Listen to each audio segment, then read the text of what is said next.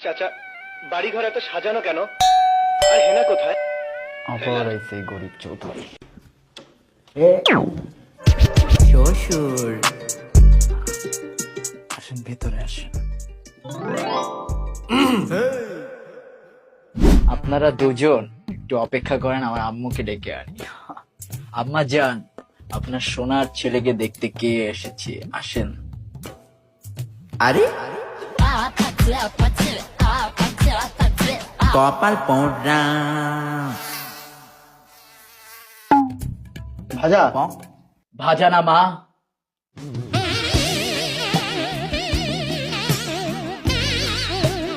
রাজা।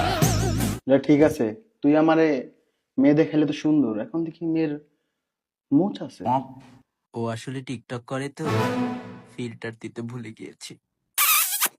বলেন শ্বশুর আব্বা, কি কি খাবেন? এই আমরা কি এখানে খেতে এসেছি নাকি? আমরা দেখতে এসেছি আমার মেয়ে যে এখানে থাকবে, কিভাবে থাকবে, অ্যাজ এ ইনফ্লুয়েন্সার ড্যাড। আমার তো এই জিনিসগুলো দেখার বিষয়। মা, তুই এখানে বস, আমি ওদের বাসা দেখে আসি।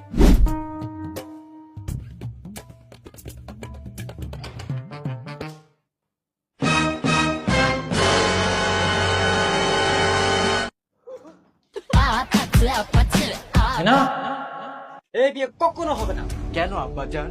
কারণ তোর অসমে অনেক দুর্বল এবং জীবাণু। না বাবা না, আপনি এটা করতে পারেন না, কারণ আজকে আমি বাজার থেকে ডাইলগস কিনে এনেছি। ডায়লগ পরিবারের অন্যতম সদস্য।